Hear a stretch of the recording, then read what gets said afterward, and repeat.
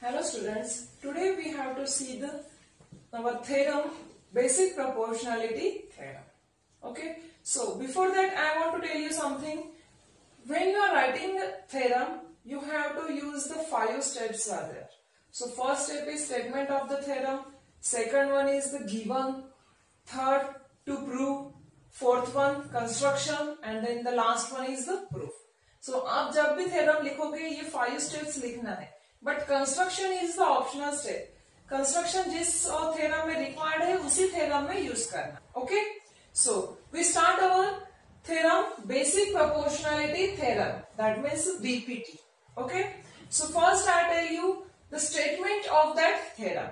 So the line parallel to side of a triangle intersect the remaining sides in 2 distinct points. Then the line divides the sides in same proportion. That means what? Here we are having one triangle ABC. In that triangle, PQ is parallel to BC. Okay? So PQ is line parallel to BC. That means what? This line L intersect AB and AC at 2 distinct points P and Q. Okay? So here given of our theorem is that in triangle ABC, line L is parallel to line BC and the line L intersect AB and AC at point P and Q respectively. Okay? So this is our given. Then to prove. So here we have to prove ratio. That means what? AP upon PB is equals to AQ upon QC. So for that we needed one construction here. So next step is construction. So construction of our theorem is draw a segment PC and segment BQ. Okay. So here we are drawing up 2 lines PC and BQ. Then proof of our theorem. So you observe 2 triangles. Triangle APQ and triangle PQB. When you observe these 2 triangles, you see that both triangles are having the equal heights. That means the height of the triangles are equal. So we know that if the height of the triangles are equal, then the area of ratio of this triangle is equal to the ratio of their bases. Okay. So here base of the triangle APQ is AP and the base of a triangle PQB is PB. So we can write down that area of triangle APQ upon area of triangle PQB is equals to AP upon PB. And the reason of that statement is areas proportional to bases because height is equal. So this is our first equation. Then similarly we can take the 2 triangles as area of triangle APQ and area of triangle PQC.